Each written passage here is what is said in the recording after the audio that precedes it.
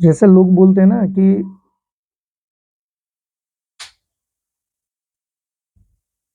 Point करके बोलते हैं किसी व्यक्ति को कि वो व्यक्ति खराब है ना। जब विचार ही हमारे नहीं है तो एक व्यक्ति कैसे खराब हो सकता है?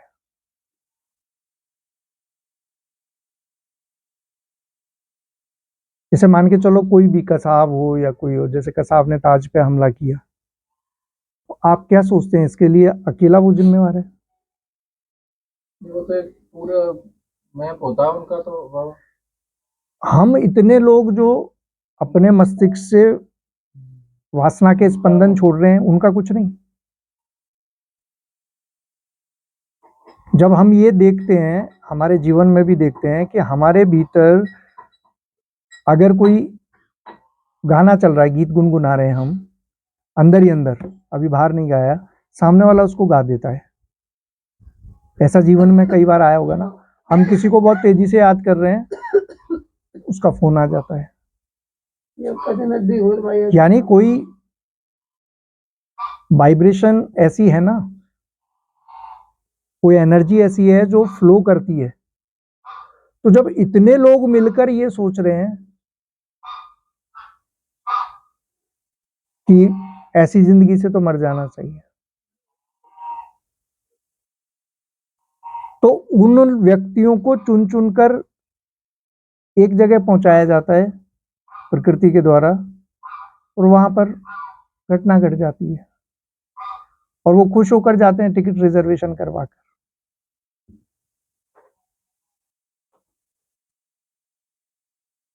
मेरी बात समझ में आपको? बिल्कुल आई है। तो एक व्यक्ति जिम्मेदार नहीं है। आज जो घटना घटी है ये उन सभी व्यक्तियों की वजह से घटी है जो वासनात्मक जीवन जी रहे हैं, और उसके परिणाम उनको भोगने ही पड़ेंगे।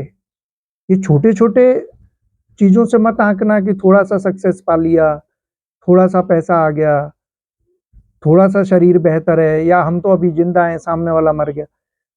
ये सब चीजें मूल्यांकन करने की नहीं है।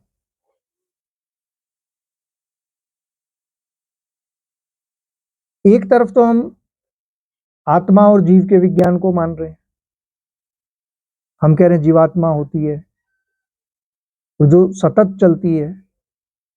तो एक जीवन तो एक दिन हुआ ना तुम्हारा। अगर एक दिन कभी कहीं तुमने धूप में भी निकाल दिया तो कोई दिक्कत नहीं, लेकिन उससे तुम्हारा कल बेहतर होने वाला है।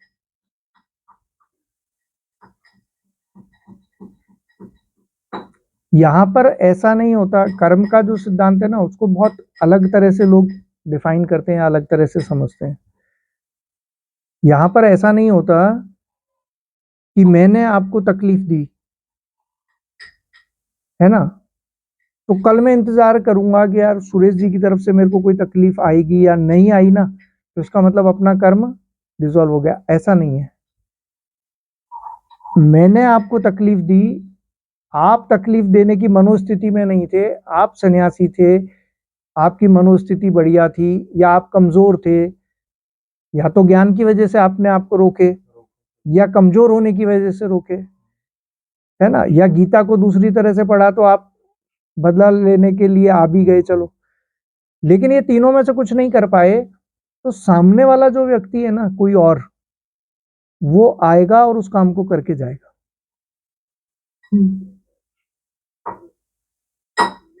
हम सोचते हैं मैंने तो इनके लिए इतना किया, है ना, इन्होंने तो मुझे कुछ नहीं किया।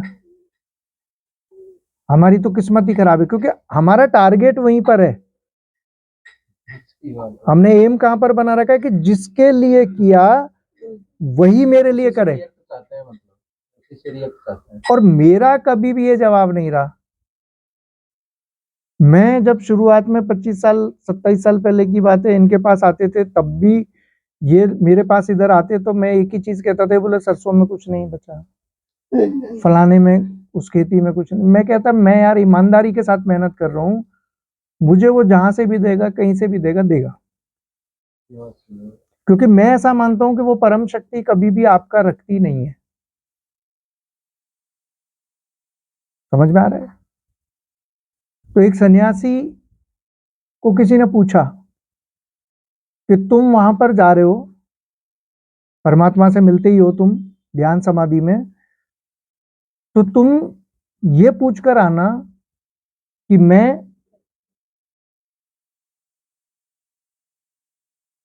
ऐसा क्या करूं, मतलब मुझे धन चाहिए, तो मुझे धन अधिक से अधिक कैसे मिले, बहुत परेशान हूं, बहुत गरीब हाल हूं। तो बोले ठीक है, पूछ लूंगा। अब रास्ते में जा रहे थे तो एक और व्यक्ति मिला उनको, वो बोला आपकी तो ईश्वर से बात होती है, आप उनको कहना मुझे इतना ना दे, मैं परेशान हो जाता हूं, मुझे इतना धन दिया है कि इसको संभालूं कहां तक, मैं बहुत परेशान हो जाता हूं। तो वो गया, कहानी है समझाने के लिए, तो वो गया और उसने पूछा, तो उन्होंने जवाब दिया कि जिसको धन चाहिए उसको बोल वो शिकायत से ना भरे। और अक्सर ही ऐसा होता है कि लोग शिकायत से भरते हैं, जिसके पास जिस चीज का अभाव होता है ना वो रोता ही है उस चीज के लिए। तो उन्होंने कहा कि उसको कहना कि शिकायत से ना भरे और जो थोड़ा बहुत मिला है उसका शुक्रिया अदा करे।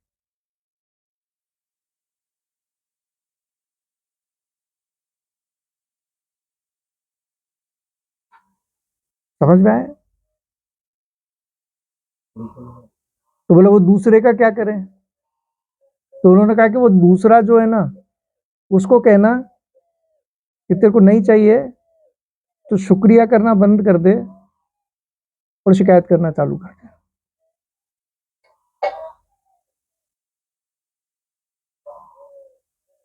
यानी कोई चीज ऐसी है जो किसी दूसरी चीज को अट्रैक्ट करती है और समान चीजें समान चीजों को अट्रैक्ट करती हैं। समझ में आ रहा है? कहते हैं ना हर क्रिया की समान और विपरीत प्रतिक्रिया होती है, न्यूटन्स लॉ, थर्ड लॉ। तो आप कोई भी चीज उस तरफ दे रहे हैं, लौट कर वही आनी है।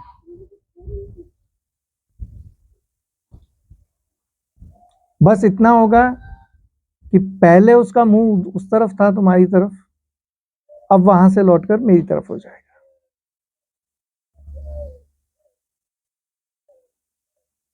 आ रही है बात समझ में? तो चीजें यहां से वही फैलाओ, क्योंकि ये मत सोचना कि तुम्हारे स्पंदन की वजह से, तुम्हारे वाइब्रेशन की वजह से अगर लोगों को नुकसान हो रहा है ना, तो उसकी सजा तुम्हें नहीं मिलेगी। सजा से मेरा मतलब है हम सोच रहे हैं मैं तो सेफ हूं, है ना, लेकिन फलाने का गड़बड़ हो जाए, या मैं किसी का भी नहीं सोच रहा, लेकिन मेरे अंदर से बुरी भावना अगर पैदा हो रही है, तो बुरी भावना जो है इस तरह की होती है कि जैसे आप कहीं गंदगी पैदा कर दो ना, तो कीटाणु जीवाणु अपने आप पे उसमें पैदा हो जाते हैं,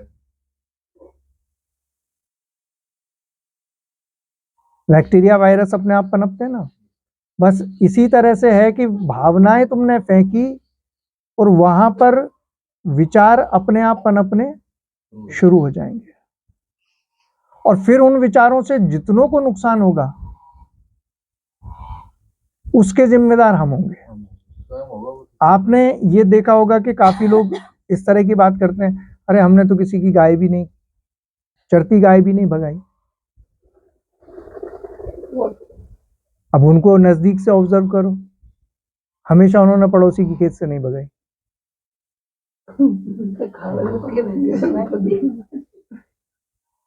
समझ में आ रहा है?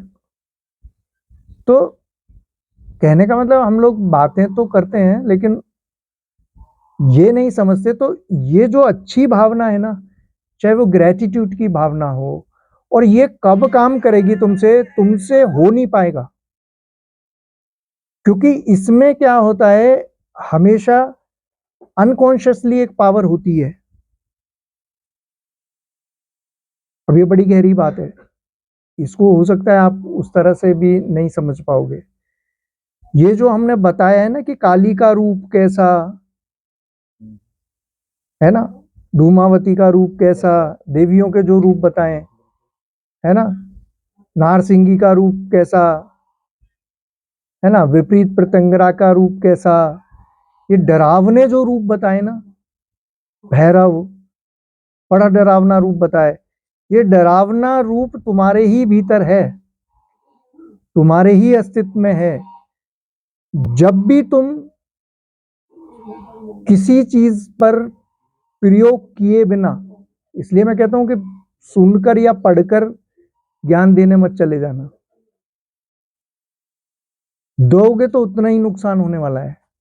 क्योंकि किसी भी चीज को किए बिना जब तुम कह देते हो ना, तो तुम देखना तुम्हारे भीतर एक विपरीत पावर वहीं पे खड़ी तैयार मिलती है तुम्हें, यार कह तो दिया है लेकिन ऐसा नहीं हो, इसका हो नहीं, गलत हो गई। हाँ, और तुम कितना ही समझाने की कोशिश कर लेना अपने आप को, लेकिन वो पावर खड़ी होगी। ये वही देवी है जो डरावनी देवियां हमने बताई है। तो इसलिए बताइए कि डराने वाली शक्ति साथ में होगी, और ये मान लेना कि अगर तुम्हारे भीतर वो भय भीत करने वाली वो पावर हाथों हाथ उठती है ना किसी भी काम को करने में, तो तुम बेमाना, चाहे तुम्हें कुछ भी कितना भी कोई अच्छा कहता है, पर तुमने कैसे भी इसको कुछ बोलकर उसको कुछ बोलकर, ठीक है, सक्सेस हासिल कर लिया किसी भी चीज में, धन हासिल कर लिया, किताबें पढ़कर विद्या हासिल कर ली, उससे कुछ होने वाला नहीं है। नहीं तो सिंह की तरह आवाज निकलेगी तुम्हारी। समझ में आया कि नहीं आया? बिल्कुल है। तो एक जो भीतर से जो वो नकारात्मक जो पावर उठती है ना,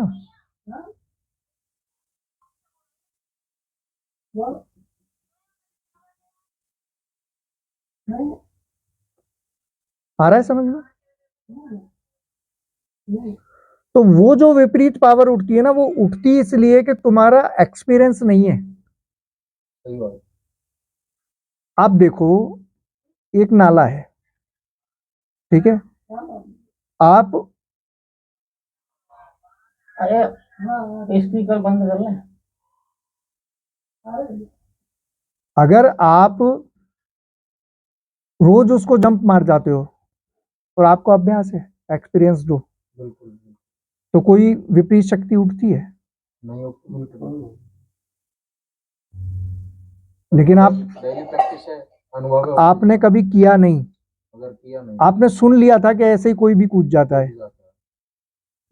तो तुरंत आपके विपरीत एक शक्ति खड़ी हो जाएगी। खड़ी हो जाएगी। तो शक्ति तो वो बाई पर बामे पर तो नहीं पाई सिस्टम बदल। नहीं, वो नहीं है, हर शक्ति की विपरीत शक्ति खड़ी होती है, पावर भी तो होती है ना, और वो तब होगी तब आपको कोई अनुभव नहीं है। अनुभव नहीं है उस चीज को छलांग तो नहीं होगी, क्योंकि वो अनुभव की ताकत उस कहने के साथ होगी। शायद लगाना, वही मामला गड़बड़ है। जिस भी चीज में शायद लगा दिया ना तुमने, ये मान लो तुम जीरो थ्योरी कर रहे हो बस। विवेकानंद गए, आपके ये जो थे, क्या नाम है, रविन्द्रनाथ टैगोर, इनके पिताजी का जिक्र आता है, तो वो बजरे में रहकर, मतलब स्टीमर जैसी उस पर रहकर ध्यान करते थे, उसी में पानी में। तो वो किसी से मिलते भी नहीं थे, इसलिए वहां पर अकेले रहकर ध्यान करते थे। तो ये रात को कूद कर गए और तैर कर पार होकर उनके पास पहुंच गए। तो इन्होंने सीधा उनसे प्रश्न पूछा कि आपने परमात्मा को देखा है? बोलो बैठो अभी समझाता हूं, है ना, शायद ऐसा वैसा। वापस कूद के वापस आ गए। बोला एक लाइन में सब समझ में आ गया, जीरो है, कितना ही समझा दो। वही बात रामकृष्ण परमहंस से पूछी कि तुमने ईश्वर को देखा है? तो रामकृष्ण परमहंस ने उल्टा प्रश्न पूछ लिया कि तुझे देखना है।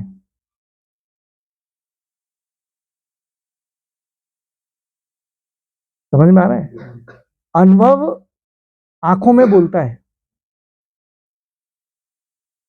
अगर तुम्हारे मुख से कुछ ऐसी आपके आवाज की वाइब्रेशन, मुझे अनिल ने कई बार ऐसा पूछा तो मैं उनको एक ही बात बोलता था कि मेरे को एक बार बस फोन पे राम नाम सुनवा दे किसी से, या एक नाम बोल जाए, मुझे पता लग जाता है वो व्यक्ति कैसा है।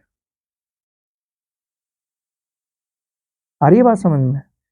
क्योंकि आपकी झेप, आपकी अटक, ये तो बहुत स्थूल रूप से बता देती है सारी चीजों को, लेकिन आपके आवाज की जो वाइब्रेशन है वो भी बता देती है, उसके स्पंदन भी बता देते हैं कि क्या है। तो सोच के भी तो स्पंदन होते हैं ना। यहां पर सब कुछ एनर्जी है, कहते हैं ना एवरीथिंग इज एनर्जी, सब कुछ ऊर्जा है। ऊर्जा, वाइब्रेशन, फ्रीक्वेंसी, बस इसका खेल है। आप कैसी एनर्जी पैदा कर रहे हो, सामने वाला उसको ऑब्जर्व कर रहा है। भाई आपको परमात्मा ने कोई विचार दिया, आपने किसी भी वजह से उस विचार का सम्मान नहीं किया। मैं ये नहीं कहता कि हर विचार को, भाई लाखों विचार आएंगे तो सबको तो हम समय नहीं दे पाएंगे ना। हमारे पास उतना समय भी होना चाहिए और उतना स्थान भी होना चाहिए, तभी तो कर पाएंगे। अगर हमको परमात्मा ने विचार दिया और हमने उसको छोड़ा तो वो आगे जाएगा, पास आउट होगा। समझ में आ रहा है? और फिर किसी दूसरे के मस्तिष्क में चला जाएगा, क्योंकि वो हमारा होता ही नहीं। ट्रेवल करना उसकी आदत है। तो मान के चलो हम रात दिन कुछ भी विचार छोड़ रहे हैं और दूसरा व्यक्ति बहुत संवेदनशील है, वो उस विचार को ऑब्जर्व करके उस काम को कर दे रहा है। अभी थोड़ी सूक्ष्म बात है, लेकिन समझने जैसी बात है। क्योंकि बाहरी तौर पर तो फिर आप सजा ही नहीं दे पाओगे ना किसी को। भाई आपकी कानूनी व्यवस्थाएं, आपका समाज तो आपको अपराध की सजा देता है। समझ में आ रहा है? आपको अपराध की सजा देता है, पाप की सजा नहीं देता। ये पाप की सजा देता है। पाप का मतलब तो वो होता है जो आप कर रहे हो, भीतर आपके मस्तिष्क में उठ रहा है और आप सोच रहे हो मैंने तो कुछ नहीं किया, तो तुमने सिर्फ अपराध नहीं किया, पाप तो किया है, मानसिक तौर पर किया है। और जिन आध्यात्मिक नियमों के हिसाब से तुम सोच रहे हो कि एक महिला सामने से गई है और तुमने उसके लिए कुछ सोचा है ना, तो तुमने दो बुरे काम किए हैं। एक तो तुमने सोचा उसके बारे में, ठीक है, और सोचकर वो तरंग छोड़ी। अब वो कई मस्तिष्कों में जाएगी, वो इनके मस्तिष्क में जाएगी, ये उसको दुगना बढ़ा दें हो सकता है, फिर जाकर तीसरे के मस्तिष्क में जाएगी। लाखों लोगों के धक्के लगाने वाले तुम हो, प्रभावित करेगी, है ना। इसको साइंस भी बोलता है, एक इफेक्ट पढ़ा है, एक इफेक्ट बोलते हैं जिसको बटरफ्लाई इफेक्ट बोलते हैं, कि कोई भी तरंग आपने यहाँ भले एक सूक्ष्म छोटी सी तरंग पैदा की, आपने कहा कि बस हो जाए, है ना, और वही चीज धीरे धीरे करके बढ़ती बढ़ती बढ़ती बढ़ती बढ़ती इतना विशाल रूप ले लेगी आगे जाकर। और हमने तो हमारे जीवन में देखा, ईमानदारी के साथ जितने लोग सोशल मीडिया पर हैं वो बताओ, जब हम गाय के लिए शुरू करते थे यहाँ सोचना, तो तमाम वीडियोस में इधर से उधर से सब न्यूज में गाय गाय गाय गाय, किसी भी विषय को लेकर शुरू करते थे बस उन्हीं विषयों पर वीडियोस। आप उठाओ तो सही, मस्तिष्क में ईमानदारी से वो चीज उठाओ तो सही। लेकिन अब आप ही जब विपरीत कामों को करने के माहिर हो गए हो, क्या आप बाहर से तो कह रहे हो कुछ कि भाई मुझे गौ सेवा करनी है ना, अंदर से कह रहे हो यार कौन धूप में सेवा करेगा, बाबा को दे देंगे कुछ, 150 रुपए दे चलेंगे जो हो जाएगी से होगा, है ना। तो फिर वो इफेक्ट आप पर काम नहीं करेगा। हाँ फिर वो तो बहुत आगे जा, बहुत ऊपर लेवल तक काम ले, बहुत अपर लेवल तक जाएगा वो तो घूमता घूमता। अपन तो वहां से बात कर रहे थे, लेकिन इसको अभी करेंगे, इसको भी ले लेंगे बीच में।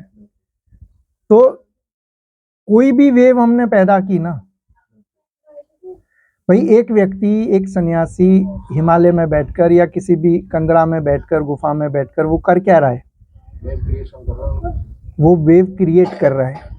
कोई भी एक मंत्र दोहरा रहा है तो क्या कर रहा है?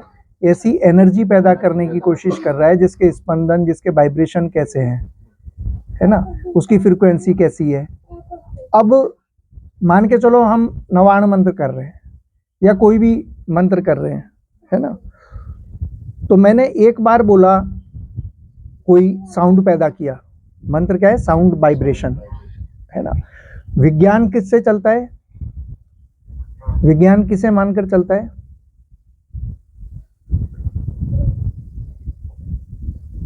इलेक्ट्रिक वाइब्रेशन, इलेक्ट्रिसिटी को। विज्ञान विद्युत से शुरू करता है और धर्म ध्वनि से शुरू करता है ना। अगर ध्वनि के, साउंड के तीव्र संघात किए जाएं तो विद्युत पैदा हो जाती है, और विद्युत के तीव्र संघात किए जाएं तो ध्वनि पैदा हो जाती है। यानी दोनों हैं वैसे ही, सेम जैसी चीजें, लेकिन दोनों के पकड़ने का ढंग अलग है। तो आप जब मान के चलो कोई भी मैटर है, कोई भी द्रव्य है, इसको आपने तोड़ना शुरू किया, है ना, तो एक स्टेज तक इसमें इस द्रव्य का गुण रहेगा, इस पदार्थ का गुण रहेगा। वहां तक हम इसको क्या बोलेंगे? मॉलिक्यूल, अणु, है ना। फिर हमने उस अणु को तोड़ा, तो तोड़ने के बाद क्या होगा? एटम, परमाणु, है ना। परमाणु पर भी आपका जो भौतिक विज्ञान है, फिजिक्स है, वो ये बोलता है कि सभी के एटम कैसे होते हैं? सेम। मॉलिक्यूल तो अलग अलग होते हैं, लेकिन एटम सेम होते हैं। एटम्स के कॉन्फ़िगरेशन की वजह से, संरचना की वजह से सब अलग अलग हो जाते हैं, मतलब अणु अलग हो जाते हैं, है ना। लेकिन परमाणु तो उनका कॉन्फ़िगरेशन ही तो अलग होता है ना। लेकिन हमारे एक ऋषि हुए कणाद। अब हमें अपने धर्म का नॉलेज नहीं, साइंस का नॉलेज है। तो कणाद ने दिया है वैशेषिक में, और उन्होंने तो ये कहा है कि परमाणु भी भिन्न होते हैं। चलो वो एक अलग विषय है, फिर लंबी चर्चा चलेगी, लेकिन हम एक शॉर्ट में दूसरी बात पर आना चाह रहे हैं कि फिर हमने एटम को तोड़ा तो इलेक्ट्रॉन, प्रोटॉन, न्यूट्रॉन। तो इलेक्ट्रॉन क्या है? विष्णु। प्रोटॉन क्या है? ब्रह्मा। न्यूट्रॉन क्या है? शिव। अब इलेक्ट्रॉन जो है, इसकी वजह से कोई भी चीज इलेक्ट्रिफाइड होती है, समझ में आ रहा है? क्योंकि ये तेजी से मूवमेंट कर रहा है। जो पॉजिट्रॉन है वो कहां पर है?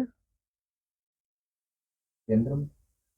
वो कोई मूवमेंट ज्यादा है ना न्यूट्रॉन कोई मूवमेंट कर रहा है। अगर हमें एटम का ये गुण समझ में आ जाए, इस पर कभी और एक बड़ी चर्चा करेंगे, अगर हमें एटम का कभी ये गुण समझ में आ जाए, तो हम जिंदगी में हमारे जितने भी सकारात्मक नकारात्मक बातें करते हैं, हम पॉजिटिव एटीट्यूड की बात करते हैं, नेगेटिव एटीट्यूड की बात करते हैं, वो सब हमको ठीक से समझ में आना शुरू हो जाएगा कि कैसे क्या है। तो कुल मिलाकर हमें एनर्जी पर फोकस करना है ना। और कई लोग बोलते हैं ना कि आपके लिए कोई ऐसे बोल रहा था, है ना, या कोई इस तरह की बातें कर रहा था। तो मैं कहता हूं कि किसी को भी करना चाहिए। अगर आपको ये आता है तो कोई आपकी तरफ नेगेटिव वेव्स भी भेजे तो आप उसको पॉजिटिव बना सकते हो। डिपेंड करेगा आपने उसको रिसीव कैसे किया है। समझ में आ रहा है? उस पर डिपेंड करता है कि आप, अगर आप इस चीज में माहिर हो, उस एनर्जी को न्यूट्रल करने में, है ना, या उसमें प्रकाश डालने में, फोटोन्स डालने में। इसलिए मैं कहता हूं कि जीवित गुरु का बड़ा महत्व है। आप समझ ही नहीं पाओगे कि आप आकर बैठे और उसने शांति से क्या कर दिया। वो कभी आपको ये नहीं कहेगा कि आपको इतना बड़ा प्रॉब्लम है, आपको इतना बड़ा प्रॉब्लम है, क्योंकि उसे भी पता है कि इसको बताने से होगा क्या। मैं सॉल्यूशन दूंगा ना। लेकिन लोग तो डायग्नोस करवा कर खुश होते हैं। जैसे आपने एक्सरे करवाया, ये एक डायग्नोस्टिक टूल है। आपने एक्सरे मशीन जो है वो डायग्नोस करके देती है आपको कि भाई फला फला इस तरह से है।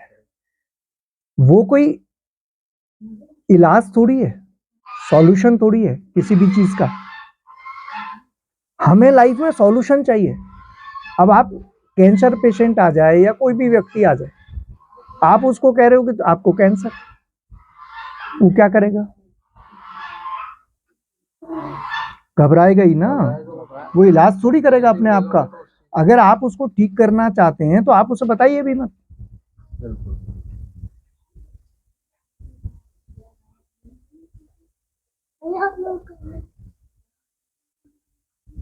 और पब्लिक भी इस चीज में खुश होती है। आप तो ये बता दो ये परेशानी क्या है, है ना। कई लोग तो अंधविश्वास आकर फैलाने की कोशिश करते हैं या फैलवाते हैं कि भाई हमें बता दो घर का है, बाहर का है, क्या नहीं। तो वे तेरे को बता देंगे तो क्या होगा उससे। और बताने वाले ही ज्यादा मिले। आप देखो लाइफ में जिधर भी आप जाओगे ना, सामाजिक व्यवस्था ही ऐसी है ना। सामाजिक व्यवस्था ऐसी, आपको बताने वाले मिलेंगे। जिनको खुद का कुछ नहीं पता ना, वो बताएंगे तो वो पितर पूजे कि नहीं पूजे, फलानी चीज पूजी कि नहीं पूजी, उन्हें खुद का ही नहीं पता है। खुद का कुछ भी पता मत हो। समझ में आ रहा है? और दुनिया भर के सॉल्यूशन पर बात करेंगे।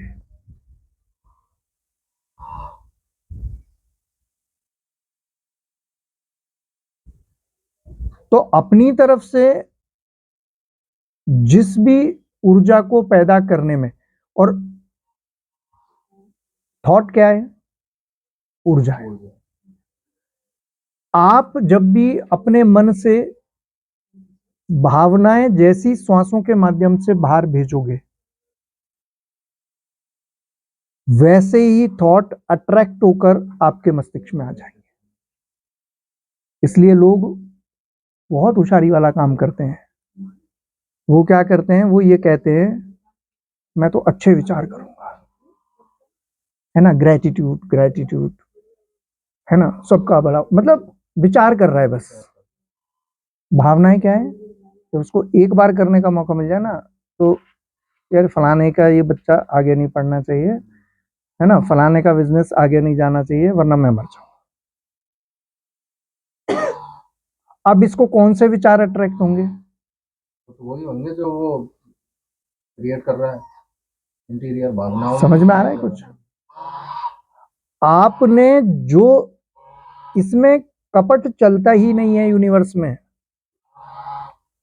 है ना। तुम्हारे सिस्टम से तुमको कोई हरा हुआ दिखता है, कोई इस तरह से दिखता है, जैसे साईं बाबा हैं, फटे कपड़ों में रहते थे, अरे लेकिन वो शहंशाह था भीतर से। समझ में आ रहा है? उसके कोई कंपन नहीं चलते थे। अगर तुम्हारी ज्योति फड़फड़ा रही है ना, तो अखंड ज्योति जलाने से कुछ नहीं होगा। अखंड ज्योति का मतलब ही है कि तुम 9 दिन तक, यानी 1 to 9, समझ में आ रहा है कुछ? यानी सूक्ष्म से पूर्ण, 9 से बड़ा कोई अंक होता है? बाकी रिपीट होते हैं। आ रहा है ना आपको समझ में? तो जो 9 दिन हम करते हैं ना, यानी 9 दिन हम उस तरह की एनर्जी पैदा करते हैं नवरात्रि में। अभी किस विषय पर थे हम? नहीं, तो ऐसा पैदा करो कुछ, किसी और विषय पर भी हम लोग बात कर रहे थे। कुछ और सोचते हैं, जहां नवरात्रि की बात चल रही थी। हाँ, तो हमारी भावनाएं कैसी होनी चाहिए? भावनाओं की वजह से एनर्जी मोशन में आती है। भावना को क्या बोलते हैं? इमोशन। Energy with motion. ऊर्जा जब गति में आती है ना? अब आपने जैसी भावना दी, वैसी भावना की वजह से जब एनर्जी गतिशील हुई, तो उनसे वैसे विचारधाराएं पैदा हुई। इसका उल्टा भी हम साधनाओं में करते हैं कि हम वैसे अक्षर बोलते हैं, वैसी साउंड पैदा करते हैं, और उस साउंड से वैसी भावनाएं पैदा होती है, वैसी एनर्जी पैदा होती है। यह प्रयास होता है मंत्र जाप में। अगर आपने सही तरह से लिया है, आपके लिए क्या ठीक है। मान के चलो आपके भीतर मणिपुर चक्र बहुत सक्रिय है ना? फायर एलिमेंट होता है उसका। अब आपने फायर का ही कोई मंत्र ले लिया है, तो आपको फायदा करेगा, नुकसान करेगा? वैसी साउंड पैदा करोगे। तो ऐसा नहीं कहीं से भी कुछ उठा लिया,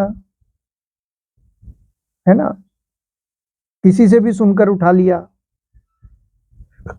कई लोग तो यही शुरुआत करते हैं, लेकिन कई किस्से आपने ऐसे भी देखे होंगे, जब कोई किसी देवी की उपासना कर रहा है, किसी देव की उपासना कर रहा है, तो उसे बड़ी प्रॉब्लम होनी शुरू हो जाती है। रीजन क्या है? मेरे देखे पूरा जगत जो है, संपूर्ण जगत, वो केवल देवी है। यानी क्या है? ऊर्जा।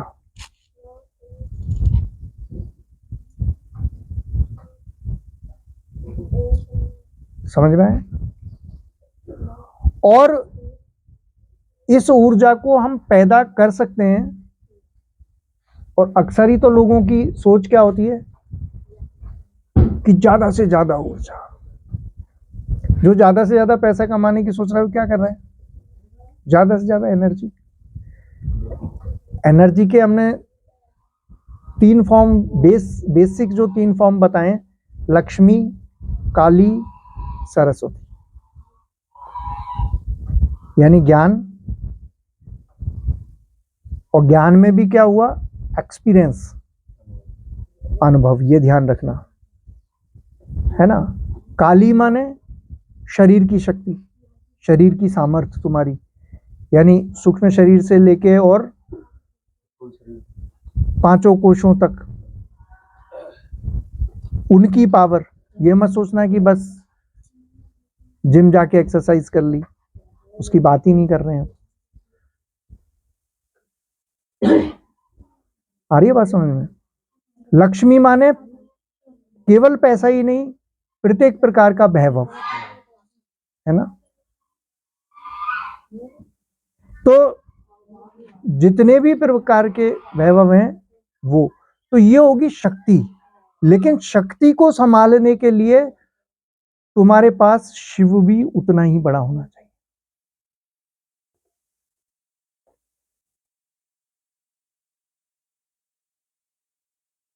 अब शक्ति तो सब चाहते हैं, लेकिन कोई शिव चाहता है? शिव बढ़ाते नहीं है कोई।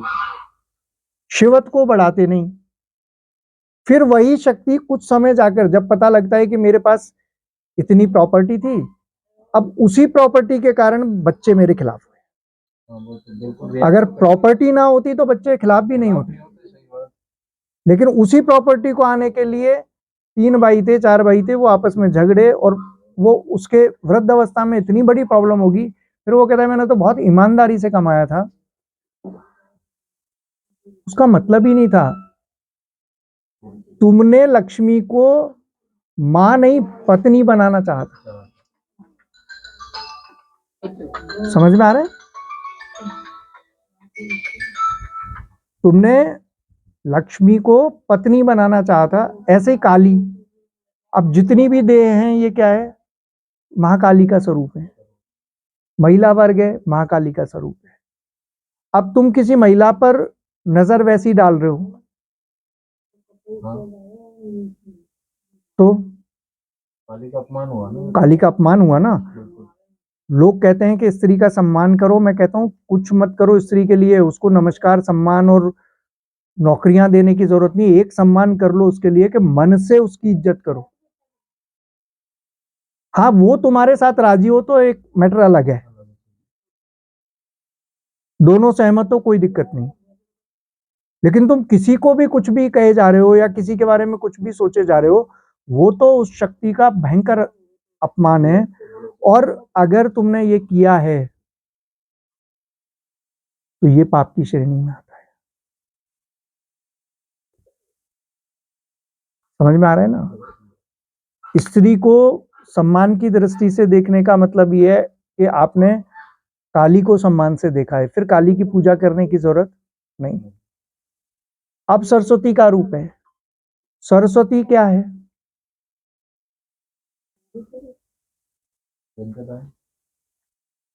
विद्या की ऊर्जा, ज्ञान की ऊर्जा। अगर आपके पास ज्ञान की ऊर्जा है, आपने कहा कि यार मेरे में बहुत अच्छा दिमाग है, हम कहते हैं ना फलाने में बहुत अच्छा दिमाग है, और उसी दिमाग की शक्ति से वो इधर से तूफान उधर से तूफान, है ना, इसको मैनिपुलेट किया उसको मैनिपुलेट किया, इसको ऐसे समझा के शांत कर दिया, उसको मतलब अपने काम निकालने की कोशिश करता है, या किसी तरह से अपनी विद्या को बेचने की कोशिश करता है, या किसी तरह से अपनी विद्या को अपने ही पास रखने की कोशिश करता है, छुपाने की कोशिश करता है। ये कोशिश है सरस्वती माँ को अपनी बांधी या पत्नी बनाने की कोशिश। और एक उसको फ्लो होने दो। भाई पीछे से 400 वोल्ट का करंट आ रहा है, तुम बीच में पतला तार बांध दो तो वो तो हिट पकड़ेगा ना।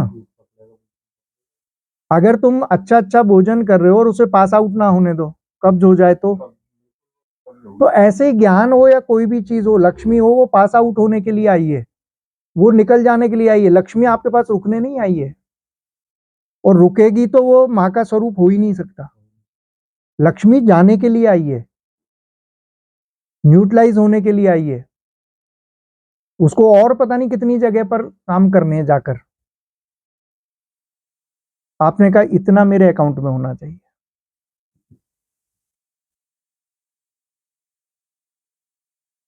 तो फिर वो पीछे वाली आ पाएगी जो आ ही रही है, और ये भी बीमारी पैदा करेगी।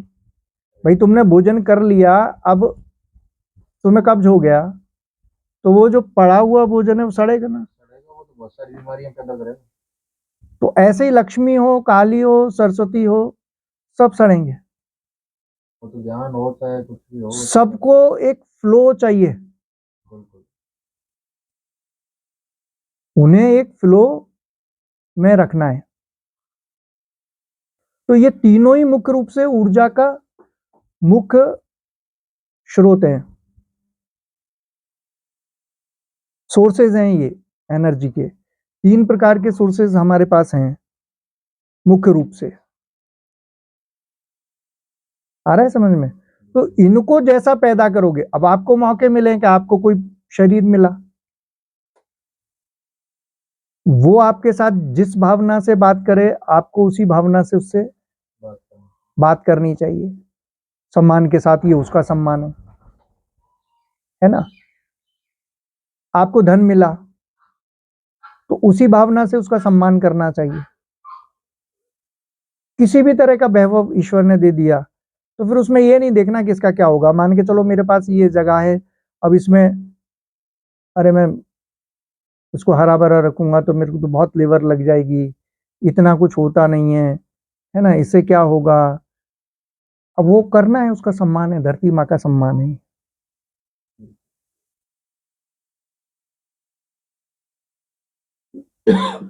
ये शैलपुत्री का सम्मान है एक तरह से। इनकी भी जो 9 स्वरूप है ना, प्रथमे शैलपुत्री, द्वितीयम ब्रह्मचारिणी, तृतीयम चंद्र घंटेति, कुष्मांडेति, चतुर्थम पंचमम स्कंद माते, षष्ठम कात्यायनी थी, सप्तमम काल रात्रि थी, महागौरी थी, चाष्टमम,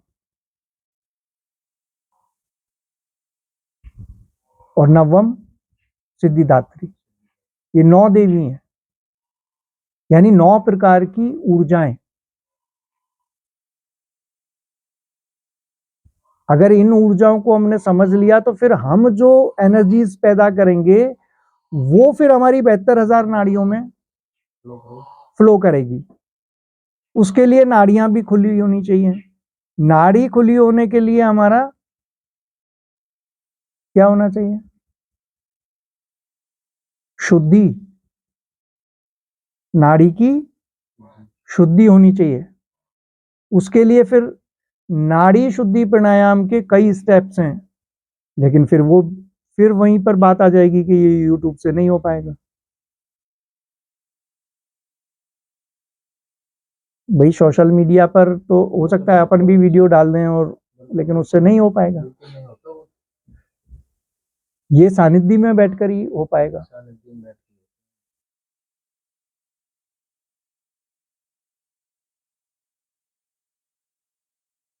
तो हम कैसी एनर्जी पैदा कर रहे हैं डिपेंड करता है इस बात के ऊपर। और ज्यादा ऊर्जा के बारे में सोचना नहीं, चेतना को बढ़ाने के बारे में सोचना है, कॉन्शियसनेस को बढ़ाने के बारे में सोचना है। जितना चेतना का विस्तार होगा उतना तुम्हारे लिए बेहतर होगा। इसलिए मैंने सदा ये कहा है कि शुद्धि पर ध्यान दो, शक्ति पर ध्यान मत दो। जिस मात्रा में भी तुम अपना प्यूरिफिकेशन करोगे, शुद्धि करोगे, उस मात्रा में वो आपको परमात्मा ऊर्जा देने शुरू कर देगा। तो मैंने कहा ना, अभी अपन जो पीछे बात कर रहे थे वो वहां पर हम थोड़े वहां से डाइवर्ट हो गए थे कि ग्रेटिट्यूड का भाव आएगा ही कब आएगा? ऐसे बोलने से नहीं आएगा कि चलो आज मेरे पास 1,000 रुपया है तो मैं धन्यवाद दूं परमात्मा को, जिससे कल 10,000 आ जाए। वो इसलिए ग्रेटिट्यूड करता है। अब ये बड़ा होशियारी वाला काम कर रहा है ईश्वर के साथ, क्योंकि कहीं से सुन लिया है ग्रेटिट्यूड का मतलब मैं ग्रेटिट्यूड फील करूं। और ग्रेटिट्यूड फील कब होगा? जब मैं भर जाऊंगा पूरी तरह से आनंद के साथ कि भाई मुझे जो मिला है ना वो वास्तव में। अब मुझे तो लग रहा है कि यार 1,000 बहुत कम है, लेकिन धन्यवाद देना चाहिए ईश्वर का, क्योंकि ये बढ़ेगा। अब लोभ की एनर्जी पैदा कर दी मैंने। मतलब कहां फंसते हैं लोग वो बता रहा हूं। अब लोभ की एनर्जी पैदा कर दी तो लोभ की एनर्जी के जो लॉस होने चाहिए वही होंगे मुझे। ग्रेटिट्यूड का कोई फायदा नहीं होगा, क्योंकि ग्रेटिट्यूड मैंने अपने इमोशन में नहीं डाला। उस इमोशन को मैंने मेरे ब्रेथ के माध्यम से यूनिवर्स में नहीं डाला, तो वैसा थॉट ही क्यों क्रिएट होगा? वरना आंसर तो यूनिवर्स ही दे देता है। चाहे आप उसको सामाजिक व्यवस्था की वजह से ना कर पाए, लेकिन वो आंसर आपको देता है कि भाई ऐसा कर ले। अब तुम उससे ये कहने जा नहीं रहे हो, एक विचार, एक थॉट दे देगा वो, लेकिन तुम कहोगे तो यहां तो व्यवस्थाएं गड़बड़ होगी। बोलो व्यवस्था तो मैं ठीक नहीं कर सकता था।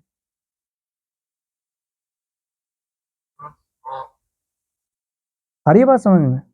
ग्रेटिट्यूड का मतलब होता है, आप देखो हमारी जो एक साधना पद्धति है, उसी साधना पद्धति के माध्यम से समस्त चीजें, चाहे वो ग्रैटिट्यूड हो, थैंकफुलनेस जिसे हम बोलते हैं, है ना, चाहे वो लव हो, चाहे वो कंपेशन हो, चाहे वो कोई और चीज हो, सब प्योरिटी में मिलेंगे।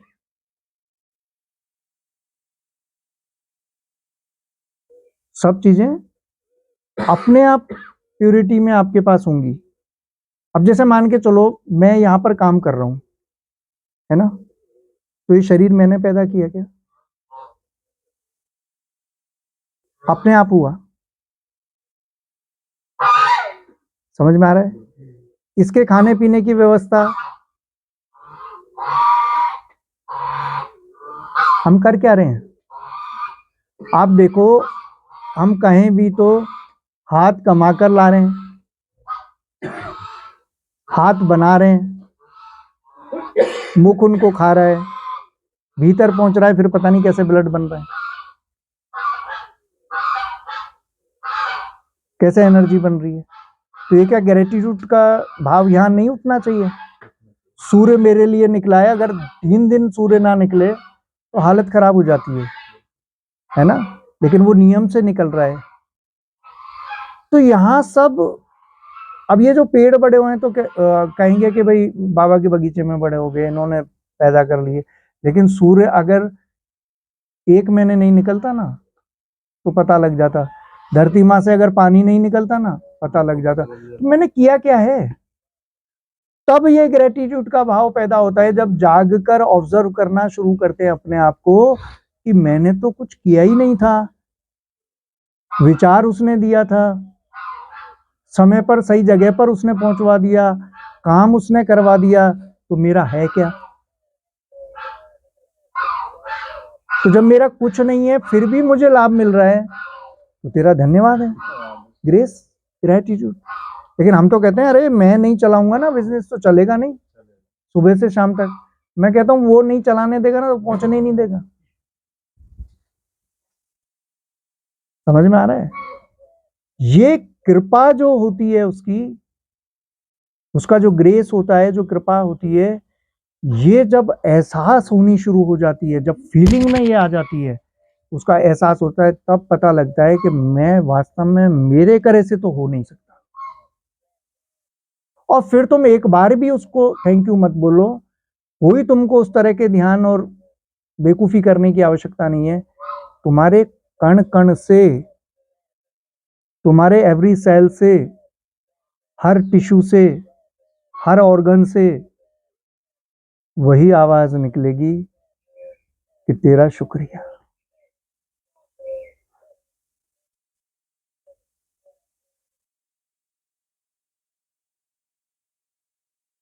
तो ये एक बहुत पॉजिटिव वाइब्रेशन हो गया। ऐसे ही प्रेम है, लव। लोग कहते हैं कि दूसरों से प्रेम करो, मैं कहता हूं तुम प्रेम कर ही नहीं सकते, ये तो सही है। क्योंकि प्रेम हो या ग्रेटिट्यूड हो ये किए नहीं जा सकते, ये फीलिंग की चीजें हैं। अगर तुम्हारी लाइफ में हुई है और तुम फील कर रहे हो तो बस हो गया, दैट्स इट। इसके अलावा कुछ नहीं करना। कोई ऐसी एक्सरसाइज नहीं करनी कि हमें बोलना है या कुछ करना है या मैं तुझे प्रेम करता हूं। अभी तो हमें कहने की जरूरत पड़ती है सामने वाले से 50 बार, मैं आपको बहुत प्रेम करता हूं। और प्रेम खुशबू की तरह होता है। प्रेम का मतलब ही होता है खुशबू।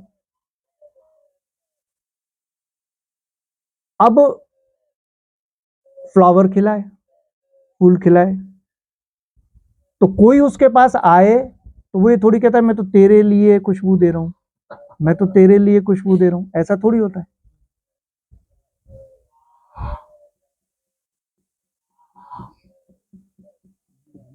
किसी के लिए नहीं देता हूँ। वो कोई नहीं होता तब भी खुशबू देता है, उसका स्वभाव ही खुशबू देना है, उसका स्वभाव ही खुशबू देना है, तो वो केवल खुशबू ही देता है बस, इसके अलावा कुछ नहीं करता। समझ में आ रहा है? और उसको मसल दो तो और खुशबू देता है, क्योंकि वो उसका स्वभाव है। अब वो किसी के लिए खुशबू नहीं देता, खुशबू देता ही है, चाहे कोई भी आ जाए खुशबू देता है। तो प्रेम एक ऐसी चीज है जो तुमसे रेडिएट होती है, तुमसे विकृत होती है। ऐसे ग्रेटिट्यूड भी ऐसी चीज है। अब इसी में नकारात्मक भावनाएं भी हैं, जैसे क्रोध है। मैं नहीं कह रहा हूं कि नहीं करना चाहिए, समय पर जरूर करना चाहिए, लेकिन बाहरी रूप से, शब्दों के तौर पर करिए जो करना है, भावना मत उठने दीजिए अपने भीतर। ईर्ष्या है ना, द्वेष है। अब ये जब पैदा होगा, मान के चलो ईर्ष्या पैदा हुई, तो ईर्ष्या की भावना जैसे बाहर गई, तुमसे रेडिएट की और वो तरंगे फैली, तो फैलते फैलते वो आगे बढ़ेगी, है ना, और कितने लोगों में जाएगी। और तुम्हारे लिए रिटर्न में, कहते हैं ना, हर क्रिया की समान और विपरीत प्रतिक्रिया होती है, तो यूनिवर्स भी क्या भेजेगा फिर तुम्हें? ईर्ष्या के विचार, और उसके जो इफेक्ट आने चाहिए, दुष्परिणाम आने चाहिए, वो भेजेगा, है ना। तो तुम्हें और प्रॉब्लम हो जाएगी।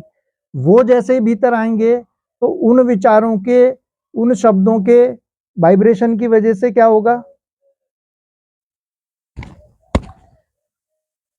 उनकी वजह से होगा क्या?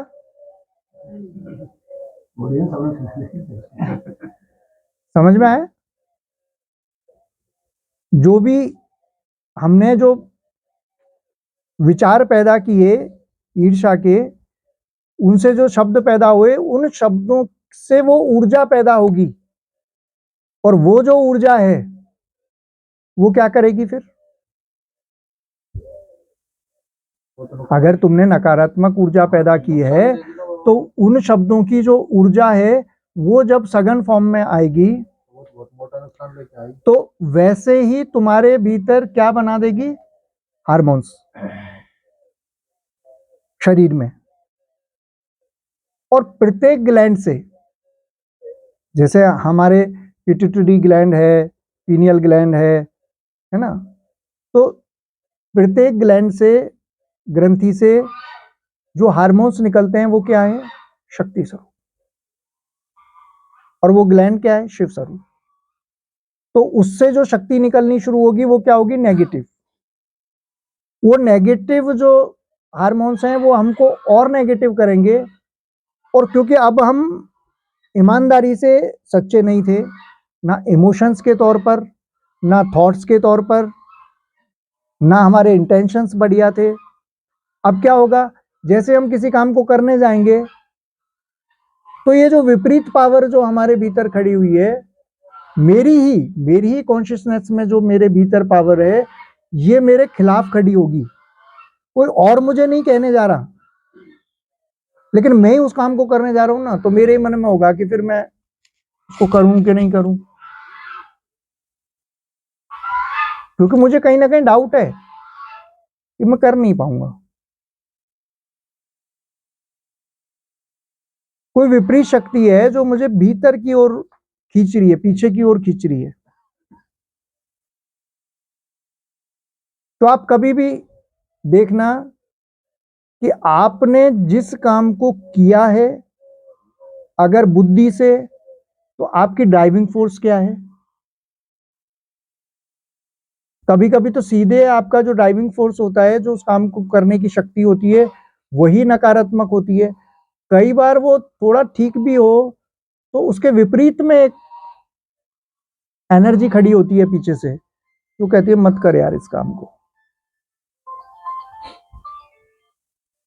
जैसे मान के चलो आपको बुखार आया, है ना, अब ये फीवर हुआ, तो ये फीवर क्या है? क्या है फीवर? ये रोग है, सिग्नल है वो फीवर की वजह से, है ना, क्योंकि आपको इन्फेक्शन हुआ है कहीं, और उस इन्फेक्शन को मिटाने के लिए बॉडी ने एक प्रिपरेशन की है उसको रोकने के लिए, लेकिन वो होता कितना खतरनाक है। आपका टेम्परेचर बढ़ जाएगा, आपको बहुत वैसा फील होगा। ये विपरीत पावर्स हैं, ये विपरीत शक्तियां हैं जो हमारे भीतर सक्रिय होती है तत्काल उसी काम को करने के लिए। जैसे आप परीक्षा देने गए, पता नहीं होगा कि नहीं होगा। अब इस शक्ति को ऐसा नहीं है कि मिटाना है, लेकिन उसे समझना है। धीरे धीरे करके हमारा जिस तरफ कहते हैं ना, जाकी रही भावना जैसी प्रभु मूर्ति देखी तैसी, है ना, या जैसी दृष्टि वैसी सृष्टि। तो दृष्टि हमारी जिस तरफ होगी, जैसी होगी, सृष्टि माने क्रिएशन भी वैसी देगी। अब हमारी लाइफ में जैसा चल रहा है ना सब मामला, वो क्रिएशन किसकी है? मेरी है ना। तो अब जो अभी जो हमारे सामने सबसे बड़ा चैलेंज है, जैसे पहले पोल शिफ्टिंग का कह रहे थे, कोई किसी और चीज की बात कर रहा था, लेकिन अभी आज के टाइम में जो सबसे बड़ा चैलेंज है वो क्या है? कॉन्शियसनेस शिफ्टिंग का। हमारी अर्थ की मैग्नेटिक फोर्स कम हो रही है ना। हमें अपनी कॉन्शियसनेस को बदलना पड़ेगा। अभी तक हम ड्युअलिटी में थे, 3 डायमेंशनल लाइफ जी रहे थे, त्रिआयामी, जिसमें द्वैत चलता है, जिसमें मैंने बताया था कि हमेशा हम अच्छे को करने की कोशिश करते हैं। हम क्या करते हैं? मैं अच्छा बन जाऊं, तो आप शर्त लगा लो, बन के दिखा दो। लोग बाग तो बनावटी बात करते हैं। आप अच्छे होने का ढोंग कर सकते हो, अच्छा नहीं बन सकते। क्यों? ये ऐसे ही है, इसको समझो। मैंने पिछले प्रवचनों में भी बताया था कि ड्युअलिटी का सिद्धांत है। आपने सिक्का उठाया तो ये नहीं चित उठा लोगे, पुट कौन उठाएगा? वो साथ में उठ के आएगा। जीवन को समझो। बाकी जगहों पर हो सकता है तुम्हें ऐसी बात करी जाती हो कि भाई अच्छे बन जाओ। मैं कहता हूं जिस दिन तुमने अच्छा बनना शुरू किया ना, उसी दिन तुम्हारे बुरे बनने की शुरुआत होगी। उसी दिन से तुम उतने ही बुरे आदमी बनने शुरू हो जाओगे, क्योंकि तुमने अच्छा बनना चाहा था। पहाड़ की ऊंचाई बढ़ेगी 100 फीट, तो पहाड़ की गहराई भी बढ़ेगी 100 फीट।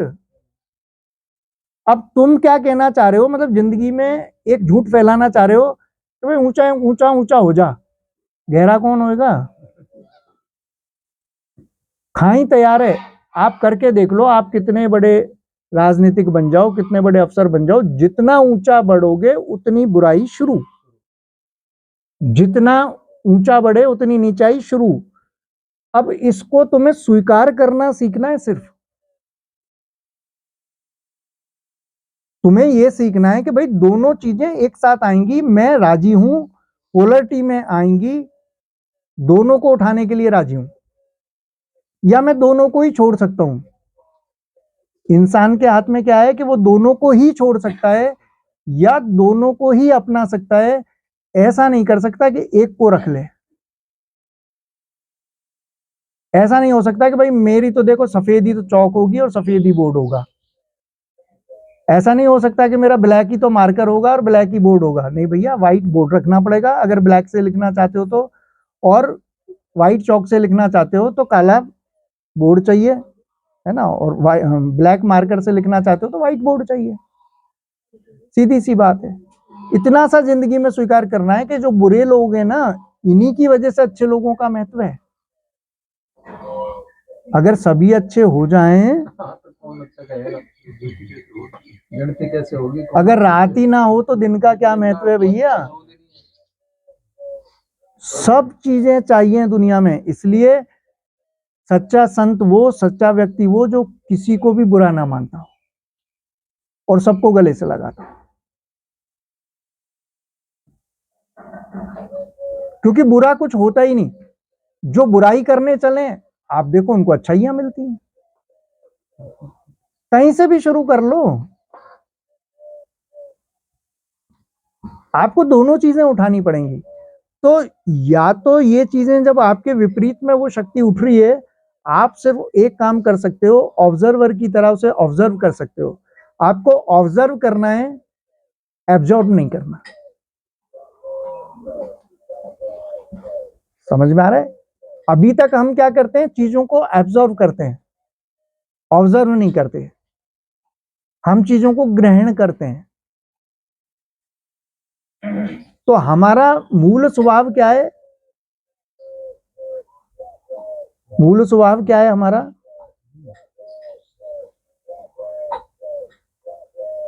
अज्ञेय।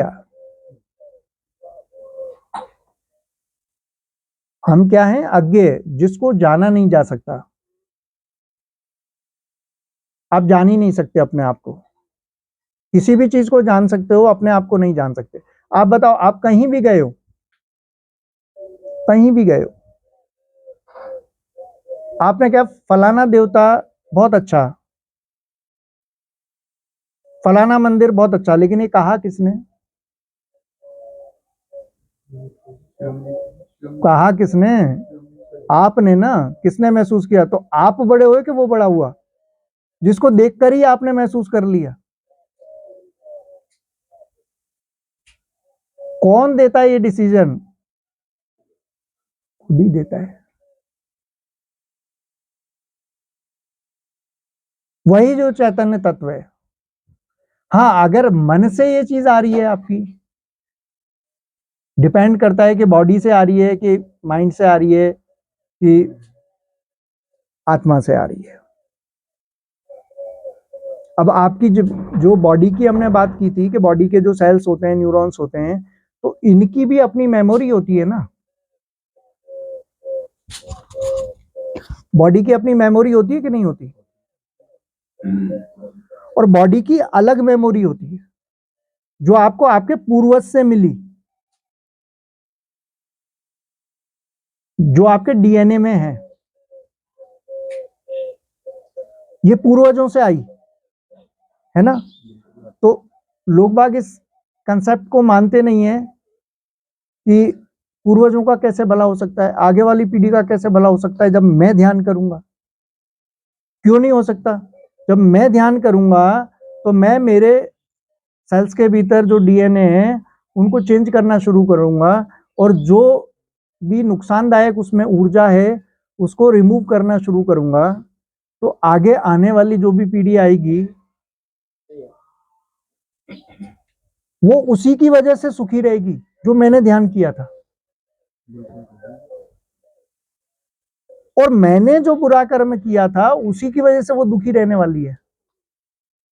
उसके डीएनए में वो चीज गई है, वो उसको परेशान करेगी। मान के चलो, हमने अभी जितनी नकारात्मक ऊर्जाओं की बात की, वो सारी नकारात्मक ऊर्जाएं जो मेरे भीतर पैदा हुई, तो वो मेरे हर सेल में गई, है ना। तो वो स्पर्म में भी जाएगी, शुक्राणु में भी जाएगी, और उस शुक्राणु से जो पैदा होगा, शुक्राणु भी अपने आप में एक सेल है, फिर वो बच्चा कैसा होगा?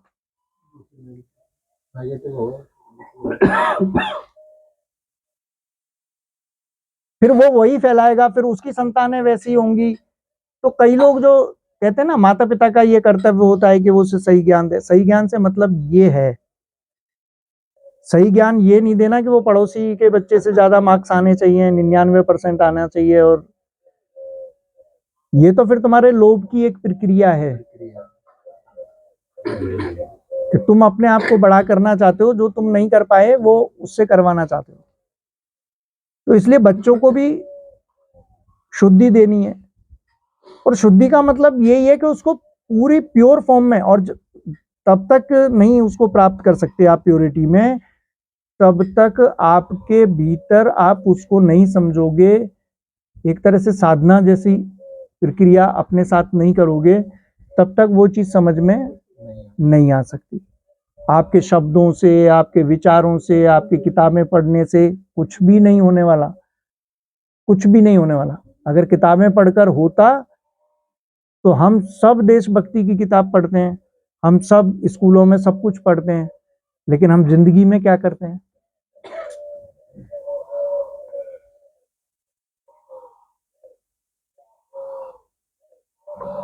देखो ना लाइफ में क्या करते हैं,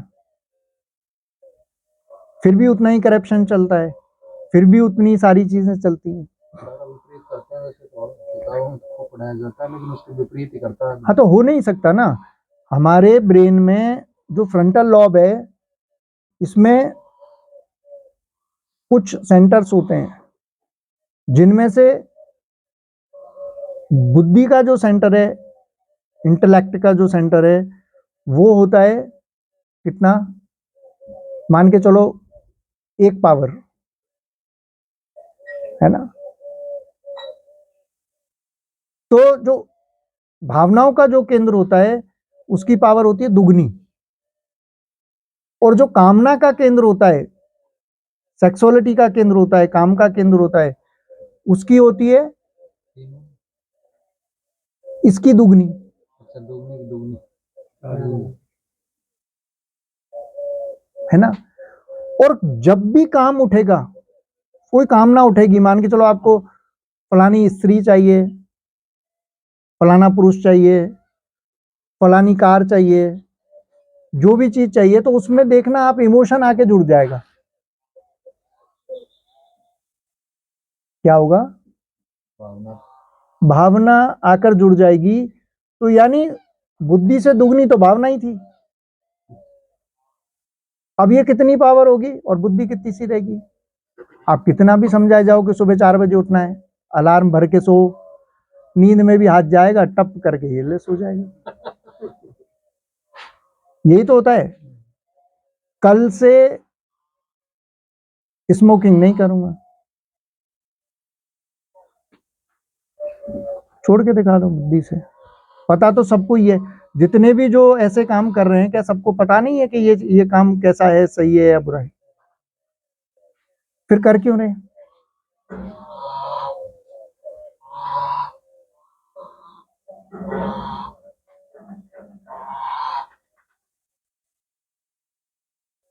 आ रहा है समझ में?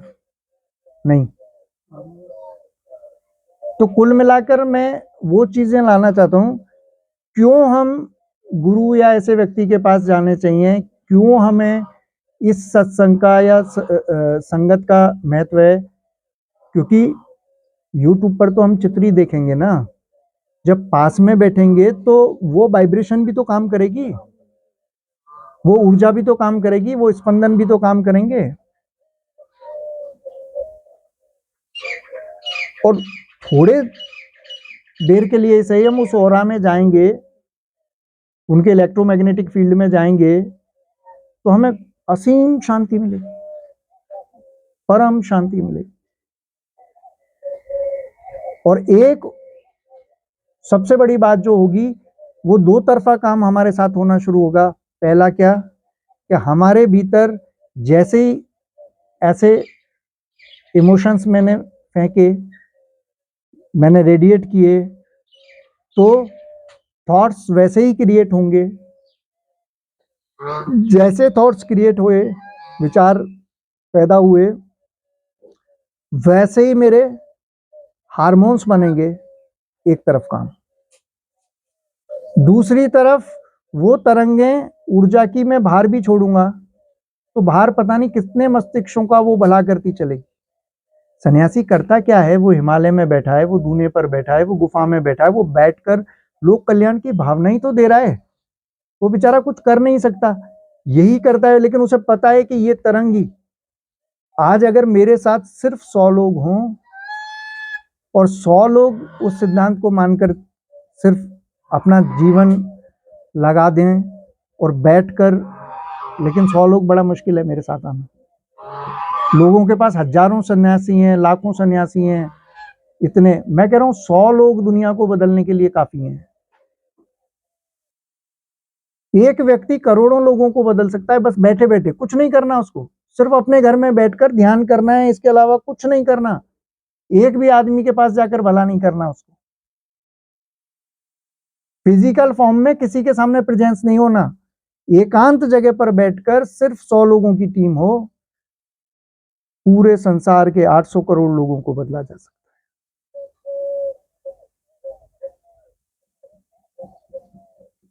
उनको शांति पहुंचाई जा सकती है।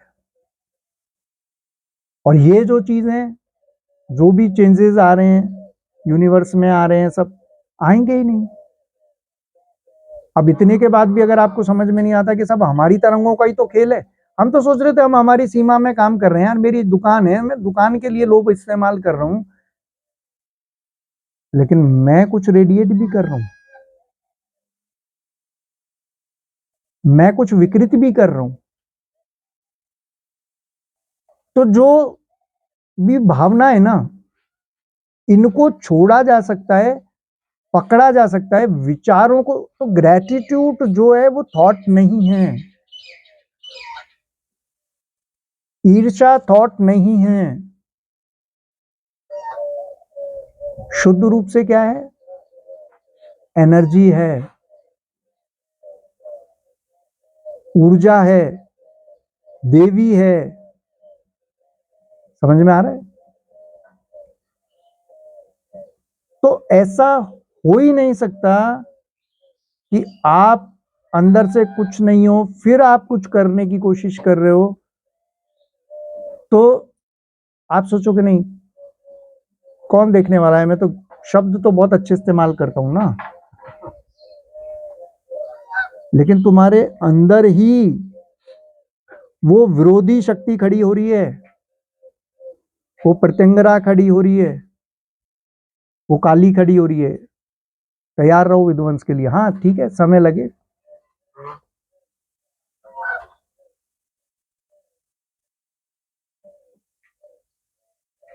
और किसी का कोई प्रश्न?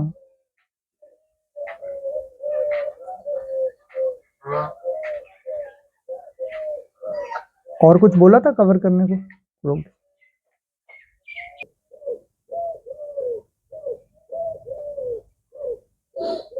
कहां पढ़ते हो?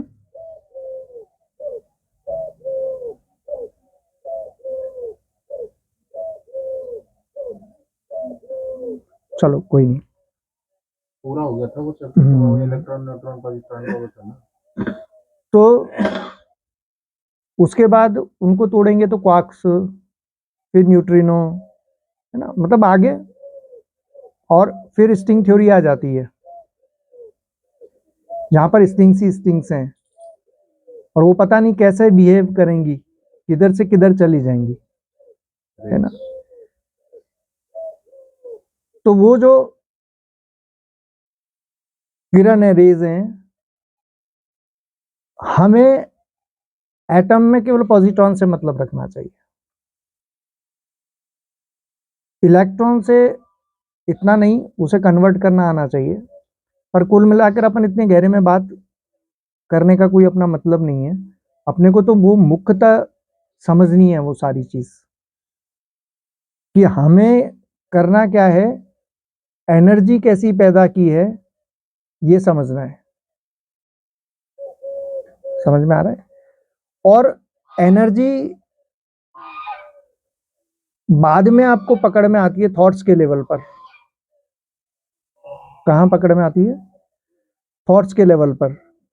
वहां तक भी लोग नहीं पकड़ पाते, कई तो इफेक्ट पर समझ में आती है हमें, जब उसका बैड इफेक्ट कोई आ जाता है या सही इफेक्ट आ जाता है। लेकिन मुख्यतः ऊर्जा मात्र ऊर्जा है, और उसको हम महसूस कर सकते हैं। उसको ना किताबों में लिखा जा सकता, ना किताबों में पढ़ा जा सकता।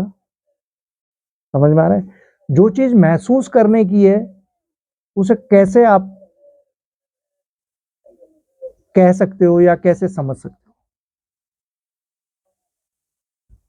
वो तो महसूस करने की चीज है ना। तो ऊर्जा ज्यादा बढ़ाने पर ध्यान नहीं देना, शुद्धि पर ध्यान देना है। और शुद्धि भी किसकी करनी है? हमें क्या करना है? जब विचारों के तल पर हम शुद्धि कर रहे हैं, तो विचारों के तल पर हमें क्या करना होगा? विचारों का दृष्टा होना है। नंबर 1 सूत्र, नॉन जजमेंटल रहना है, कोई जजमेंट नहीं करना। कौन सा विचार अच्छा, कौन सा बुरा, क्योंकि कोई भी विचार ना अच्छा ना बुरा। तुमको जो सिखाया गया है, तुम बुद्धि के उस विचार से उसको कंपेयर करते हो, और ये कंपैरिजन करना ही तुम्हें क्या बताता है कि ये बुरा है, वो अच्छा है। कोई भी चीज अच्छी या बुरी नहीं होती। जैसे हम लोगों का भी कहते हैं ना कि वो फलाना व्यक्ति बुरा है या कोई और व्यक्ति अच्छा है। कोई भी अच्छा या बुरा नहीं होता, सब हम कहते हैं कि वो गलत है, गलत नहीं होता, अलग होता है। क्या होता है? अलग होता है। गलत कहने का केवल इतना सा मतलब है, मेरी दृष्टि में तो, मैं जो कहता हूं किसी को, वो इतना सा होता है कि मेरे कार्यों में बाधा डालता है, बस। बाकी कोई इस दुनिया में गलत नहीं होता, सब अपनी जगह पर सही है।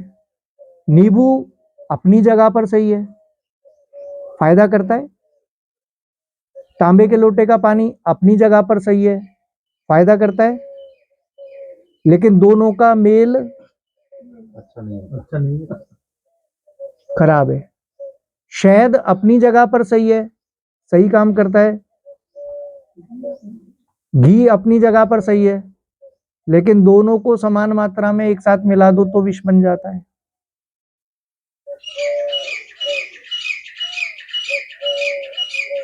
इसलिए समझना यह है कि चीजें कोई भी अच्छी या बुरी नहीं है, समय पर उपयोग की है हर चीज। समझ में आ रहा है? कई जगह पर जिन व्यक्तियों को हम बहुत अच्छा बोलते हैं, वो किसी काम के नहीं होते। कई जगह पर वो व्यक्ति काम आते हैं जो जिनको हम बहुत गलत बोलते हैं। आप देख लो जिंदगी में। वो सराय तो आपके भावनाएं श्रेष्ठ होनी चाहिए, आपका मिशन श्रेष्ठ होना चाहिए। मिशन एक बहुत बड़ा होना चाहिए लोक कल्याण का। बस उस मिशन में जो आपके साथ हैं वो आपके हैं। जो आपकी चापलूसी करते हो, मीठी बातें करते हो, वो उनसे कोई लेना देना नहीं। मिशन में कितना डिवोशन के साथ काम कर रहा है, चाहे वो आप ही का कोई काम हो। भाई आप अपना कोई बिजनेस करते हैं तो उसमें किस किस कर्मचारी को रखते हैं? किसको रखना चाहेंगे? जो अच्छा काम करता हो। वरना अपनी दुकान पर नहीं रखेंगे ना, अपने खेत पर नहीं रखेंगे। फिर आप ये कैसे चाहते हैं कि परमात्मा आपको रख ले, आपको जिस मिशन पर भेजा है, या गुरु आपको मतलब आपकी मीठी बातों से खुश हो जाए या परमात्मा खुश हो जाए? वो क्यों होगा? आप उसके मिशन में कितना साथ हो, कितना उसने बिलीव किया है। आप 25-25, 50-50 साल साथ में रह लो, उसके बाद में एक स्किन लेयर जैसी श्रद्धा होती है, थोड़ी सी कोई बात एक बार उठने दो तो मैं मानता हूं कि वो 25 साल 50 साल तुम्हारी श्रद्धा ही नहीं थी, जीरो थे तुम।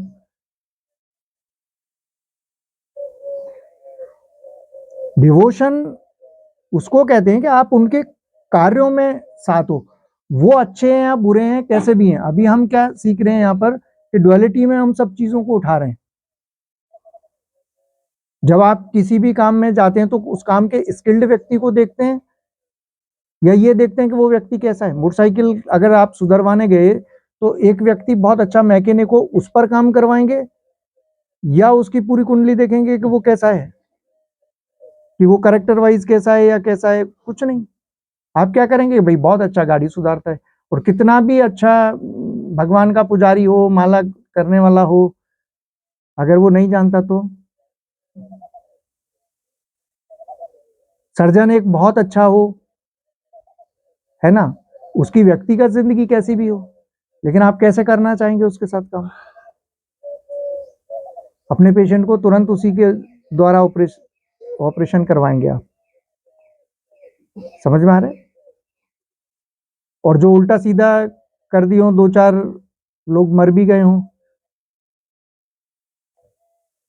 वो चाहे हिमालय रहकर आए हों, आप नहीं जाएंगे उनके पास। तो चीजों को देखना ही नहीं है उस तरह से। ये तो एक हमने सामाजिक बात की, लेकिन हमें तो ये देखना है कि बस जो हमारे काम का है आज की डेट में, हमारे मिशन में काम का है, मतलब स्वार्थ में नहीं, किसी भी परमार्थिक कामों के लिए, वो व्यक्ति ठीक है। जैसे आप सेवाएं कर रहे हैं, आपके पेड़ लगा रहे हैं मान के चलिए, तो आपके साथ आकर कुछ लोग जुड़ते हैं, तो ठीक है, वो जैसे भी है।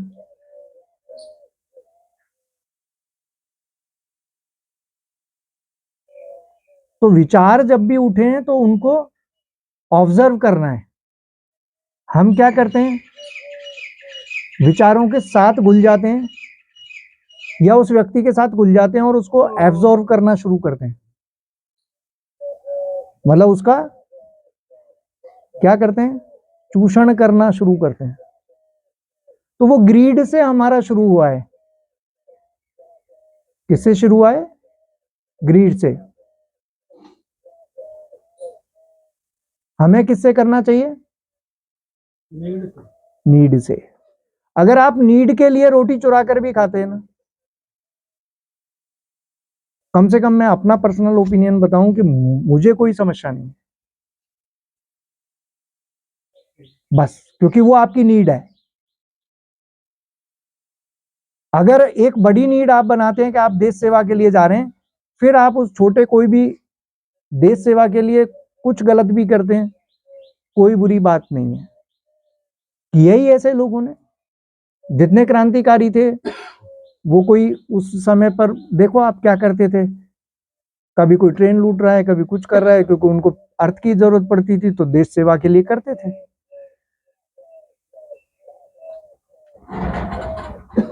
समझ में आ रहा है ना? तो इसी तरह कोई भी गुण हो, चाहे कंपेशन हो, अब करुणा भाव कैसे आएगा? कैसे आता है करुणा भाव? आप देखो, आप जब किसी भी व्यक्ति के लिए काम करना चाहते हो तो क्यों करना चाहते हो? क्योंकि आप शुद्धि के साथ काम कर रहे थे और आपके भीतर आपने जो जिन सद्गुणों को लिया था, जिन सद्भावनाओं को लिया था, उन सद्भावनाओं ने एक अच्छा काम करना शुरू किया आपके साथ और आपका जीवन बना, आपको आनंद आया। अब वो आनंद जो है ना, वो आपको बर्दाश्त नहीं होता। अब वो फ्लो होना चाहता है, वो आपसे बहना चाहता है, आगे जाना चाहता है। इसकी एक बहुत बड़ी परीक्षा बताता हूं आपको कि कोई भी चीज को आप इसलिए छुपा जाओ सामने वाले को बताने से, चाहे वो ज्ञान हो या कोई चीज हो, कि उसका बुरा ना हो जाए। वो एक अलग पॉइंट है कि कोई ज्ञान इतना ऐसा है कि वो सामने वाला भी पचा नहीं पाएगा, तो वो अच्छी बात है, उसको नहीं बताना चाहिए। लेकिन वो एक बहुत अच्छा ज्ञान है जो तुमको फायदा हुआ और तुम सामने वाले को इसलिए नहीं बता रहे हो कि मतलब मुझे इसको किसी को बताना नहीं है, मेरे अलावा ये लाभ किसी को नहीं होना चाहिए, तो ये पक्का मान लेना कि आप बहुत ही नकारात्मक हो उस समय में, और ये चीज आपको नुकसान पहुंचाएगी ही पहुंचाएगी। आ रही है बात समझ में? और आपका ज्ञान बढ़ेगा नहीं, अब यहीं पर स्टक हो जाएगा, यहीं पर ब्लॉकेज आ जाएंगे। अगर ब्लॉकेज हटाने हैं तो उसको फ्लो हो जाने दो। ठीक है, सामने वाला कॉपी करेगा, कुछ भी करेगा, वो हो सकता है काफी बड़े नुकसान भी करेगा आपको, लेकिन आप जैसे उसको फ्लो हो जाने दोगे तो फिर पीछे से और ज्ञान आएगा, उससे भी बेहतर आ जाएगा। और वो सामने वाला परेशान हो जाएगा कि मैं इतना कॉपी करे जा रहा हूँ, कहां तक कॉपी करूं, उसको समझ ही नहीं आता, उसके दिमाग में इतनी भीड़ हो जाएगी कि उसका कंप्यूटर जो है ना हैंग हो जाएगा।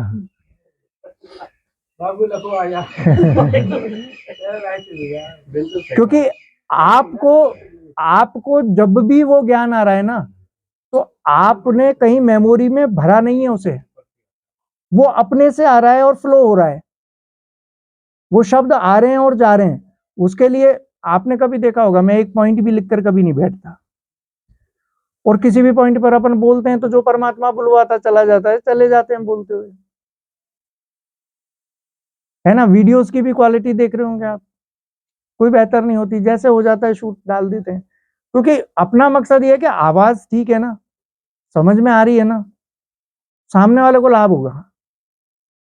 अब वो फिर सुंदरता के पॉइंट्स हैं कि भाई वो अच्छे से शूट करवाया जाए, या इस तरह से चीजें पहुंचनी चाहिए, जो यहां नहीं आ पाया उसको वहां पहुंच जाएंगे। तो करुणा का भाव जो है वो कैसे होगा कि भाई मेरे को लाभ हुआ ना, अब इसको होना चाहिए, इसको बोलते हैं करुणा।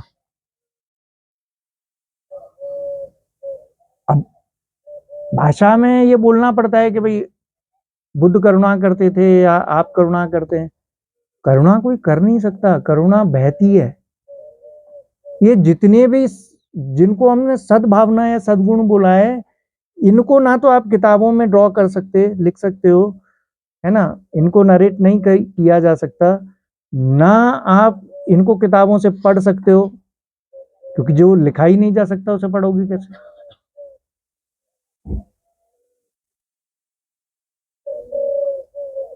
भाई तैरने की कितनी भी विधि आप कर लो, है ना, लेकिन कितना भी उसे पढ़ लो, लेकिन उसको पढ़कर आप सीधा नदी में नहीं कूद सकते। वो एक बार की ऐसे ही मजाक में एक कहानी है कि एक नाव में एक ब्राह्मण से, मतलब मेरा, जो वेदों का ज्ञान रखते थे, वो बैठा था और नाविक वो उनको पार ले जा रहा था। तो ऐसे ही बात में उसने पूछा है कि तुमने वेद पढ़े हैं? तो बोला नहीं पढ़े। तो बोला तेरी 4 आने जिंदगी गड्ढे में गई।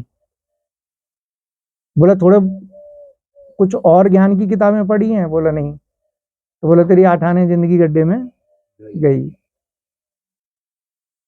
तो फिर पूछने लगा कि तू बिल्कुल ही पढ़ा लिखा नहीं है, कोई अक्षर का ज्ञान तो होगा? बोला कुछ नहीं। तो बोले तेरी 12 आने जिंदगी गड्ढे में गई। इतने में ही तूफान आया। अब तूफान आया तो नाविक ने पूछा कि महाराज जी तैरना आता है? बोला नहीं। बोले तेरी 16 आने जिंदगी गड्ढे में गई, मैं तो ये चला कूद के पार। तो वक्त पे जब वक्त आएगा ना, तब वो किताबी अक्षर काम नहीं आएंगे, वो प्रवचन काम नहीं आएंगे, वो एक्सपीरियंस काम आएंगे। समझ में आ रहा है ना? वो अनुभव काम में आएंगे। तो ये जितनी भी मुख्य चीजें दी हैं, परमात्मा ने एक बहुत होशियारी की है हमारे साथ, ये सब एक्सपीरियंस करने की चीजें है ना। हम क्या इतने होशियार हो गए कि हम ईर्ष्या करें, लेकिन सामने वाले से कहते हैं आप तो करुणावान है, करुणा ही करेंगे। अब ये हमारी होशियारी का एक जरिया है। जब तुम्हें पता है कि करुणा बहुत अच्छी है तो करो ना, तुम भी करो। जब तुम्हें पता है कि दया बहुत अच्छी है तो दया करो।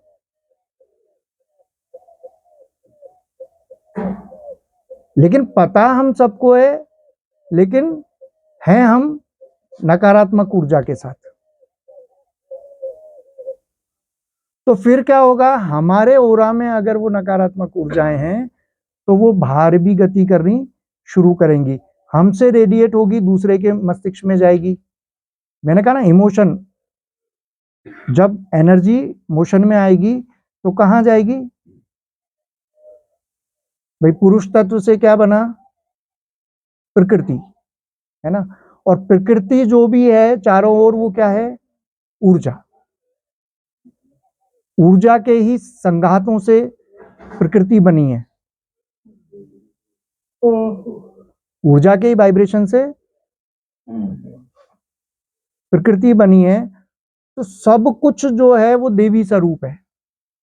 प्रकृति में जो भी, मैंने तो कई बार कहा भी है कि कृष्ण का मंदिर हो या किसी का भी मंदिर हो, जो प्रकृति में शिव का भी मंदिर बना दिया तो तुमने है क्या? वो देवी का मंदिर है। इस परिवर्तनशील जगत में देवी के अलावा कुछ है ही नहीं, इसीलिए उसको महामाया बोला है। और जो स्थिर तत्व है, जो अज्ञेय है, जो कांस्टेंट है, उसमें शिव के अलावा कुछ नहीं है। समझ में आ रहा है? जिसको आत्म तत्व हमने बोला है। तो वहां से शुरुआत हुई, उसमें वाइब्रेशन हुआ। वेद कहते हैं कि परमात्मा के मन में एक भाव उत्पन्न हुआ कि एको हम बहुश्यामी, मैं एक हूं, अनेकों में प्रकट हो जाऊं, और वाइब्रेशन पैदा हुई, है ना। तो जो डमरू का स्वरूप अपन बताते हैं, है ना, 2 शंकुओं से वो पैदा हुआ और फिर वो बनते ही चले गए। तो पूरी सृष्टि का निर्माण होता चला गया। एनर्जी जैसे जैसे आगे आगे डाउनवर्ड होती चलेगी, है ना। उसको हमने बोला विकृति। मतलब पुरुष का विकृत रूप क्या है? प्रकृति। प्रकृति का विकृत रूप क्या है? महतत्व। महतत्व का विकृत रूप क्या है? अहंकार। सतरजतम, 3 प्रकार का। और अहंकार का विकृत रूप क्या है? 5 एक्शन ऑर्गन और 5 सेंस ऑर्गन, है ना। 5 ज्ञानेंद्रियां और 5 कर्मेंद्रियां, है ना। ये सत से बनी। रज ने बैलेंस किया और तम से 5 तन्मात्राएं और 5 तत्व, 5 एलिमेंट्स जिसको हम बोलते हैं। तो इस तरह से ये विकृति है। जब हम नीचे से ऊपर चलेंगे तो प्रकृति है, यानी कृति से भी जो पहले है, बनने से भी जो पहले है। समझ में आए? तो प्रकृति को हमें महसूस करना है। अब हमारी प्रकृति में कुछ भी हो, सत की वजह से हो, रज की वजह से हो, तम की वजह से हो, जो भी भावनाएं उठी, उन भावनाओं को मैं सिर्फ क्या कर सकता हूं? महसूस कर सकता हूं। उन भावनाओं को मैं जी सकता हूं। अब अच्छी भावनाएं उठती हैं तो बहुत अच्छी बात है, लेकिन क्या करें जब बुरी भावनाएं उठती हैं? तब क्या करना है? तब देखना है, बस ऑब्जर्व करना है उसको, दृष्टा भाव से उसका साक्षी हो जाना है। आप करो, नॉन जजमेंटल रहो, उसको अच्छा या बुरा भी मत बोलो। आप ये देखो, क्वांटम फिजिक्स भी ये कहता है कि जगत जैसा है उसे हम वैसा नहीं देखते, बल्कि हम जैसा देखना चाहते हैं वो हमें वैसा दिखता है। फिर से कहूं, जगत जैसा है उसे हम वैसा नहीं देखते, बल्कि जैसा हम देखना चाहते हैं जगत वैसा दिखता है। अब आप कहते हो कि नहीं ये तो गलत है भाई, कबूतर तो कबूतर ही दिखेगा ना मुझे। तो आप देख लो, आपके गांव में इस तरह के कोई प्रयोग ऊपरी तौर पर कर लेते हैं अपन के, एक व्यक्ति के बारे में 10 आदमियों से पूछ लो, 10 अलग अलग बताएंगे। अगर वो व्यक्ति जैसा था वैसा ही सबको दिखता था तो सब एक जैसी बात करने चाहिए थे ना उसके लिए। पर सब अपनी आंखों से देखते हैं। तो ऑब्जेक्ट जो है वो ऑब्जर्वर पर डिपेंड करता है कि ऑब्जर्वर क्या देख रहा है। अब ऑब्जर्वर कौन है? कॉन्शियसनेस। देखने वाला कौन है? चेतना। अब चेतना कैसी है? समझ में आ रहा है? जब आपने मुझे नेगेटिव विचार दिया, आपने कोई नेगेटिव चीज दी, या कुछ भी मान के चलो, किसी ने कोई नेगेटिव ऊर्जा फेंकी या कुछ भी किया, अगर मैंने उसे पॉजिटिवली लिया या उस समय पर मैं पॉजिटिव हूं, तो वो जब तक जिस फ्रीक्वेंसी पे मैं वाइब्रेट कर रहा हूं उस पर होकर ही तो मुझसे मैच कर सकती है, मेरे पास आ सकती है। इसके पहले कैसे आएगी वो? तो ट्रांसफॉर्म होकर आएगी ना वो ऊर्जा। ऐसे ही मेरे भीतर जो ऊर्जा उठी, है ना, अब जो भी वृत्ति उठी, है ना, या जो भी ईर्ष्या द्वेष कुछ भी मेरे भीतर उठा, अब मैंने उसको देखा और महसूस करते वक्त मैंने कहा बुरा है। मैंने क्या कहा? बुरा। मतलब बेकार चीज है, इससे तो वो बेकार ही बनी रहेगी, अच्छी होगी? बेकार ही बनी रहेगी, बना भी उसको ईर्ष्या ही रहेगी वो। और बड़े, चाहे तुमने अच्छाई के लिए कहा कि बेकार है ये और ये बुरी चीज है, मैं क्यों कहता हूं कि बुरी चीज को बुरा नहीं कहना। हाँ ठीक है भाई, मेरा उसके साथ बैठता नहीं, मेरा ईर्ष्या के साथ नहीं बैठता या किसी व्यक्ति के साथ नहीं बैठता, बात एक ही है, मेरा उसके साथ नहीं बैठता तो मैं उससे दूर हो जाऊं, उसको दिमाग पर नहीं बिठाऊं। समझ में आ रहा है? मैं उससे दूर हो जाऊं, उसको अपने चेतना में नहीं बिठाना मुझे। तो जब आप उसके पक्ष और विपक्ष में कुछ नहीं बोलेंगे, है ना। अगर आपने ये आप बोल ही नहीं सकते कि भाई ईर्ष्या बुरी अच्छी चीज है ना। बोलने वाले आप वही हो कि वो बुरी है ना। अब आप सीधे सीधे उस पर जब फोकस करोगे, उसको जब महसूस करोगे, उसको जब फील करोगे, और ये मैं सच बताऊं आपको, ये यहां बैठकर सुनने से तो हो जाएगा, लेकिन वीडियो में सुनने से नहीं होगा। इसका बहुत बहुत साफ तरीका बताता हूं आपको, क्योंकि मैं जब बोल रहा हूं तो मैं उस अवस्था में पहुंचकर बोल रहा हूं, तो वो वाइब्रेशन यहां आपके ऊपर काम करेंगे। भाई क्यों आप वहां जाते हैं, तो बाबा जी के दर्शन करना चाहते हैं, एक बार जाते हैं ना सेवा में, तो क्यों करना चाहते हैं? फिजिकली फॉर्म में जब हम पास होंगे तो वो जो रेडिएट कर रहा है वो चीज हमें हम पर काम करेगी। अगर आपने वैसे ही कुछ बोला किसी को, या मान के चलो आप वो रेडिएट नहीं कर रहे हो और आप केवल शब्दों से बोल रहे हो, तो किसी के भी ऊपर कोई काम होगा नहीं, क्योंकि ऊर्जा का खेल है। ये किसी की नहीं सुनती, किसी को नहीं बख्शती। समझ में आ रहा है? ये तो सीधे सीधे वैज्ञानिक रूप से काम करो तो काम करेगी, नहीं तो नहीं करेगी। तो आप जब सीधे सीधे उसको ऑब्जर्व कर रहे हो तो वो चेंज होनी शुरू हो जाएगी, वो अपने प्यूरिफाई रूप में आ जाएगी।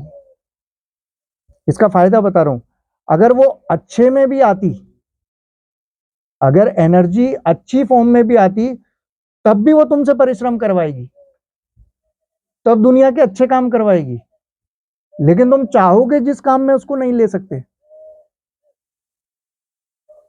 तुम्हें उसका शुद्ध रूप प्राप्त हो, ठीक है, तब जो तुम्हारे आज्ञा चक्र पर जब तुम श्वास पर ध्यान करोगे, वो ध्यान उसको पचाना शुरू कर देगा,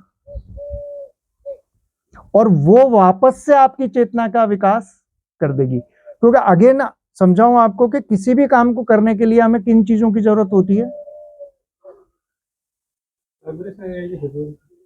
है ना।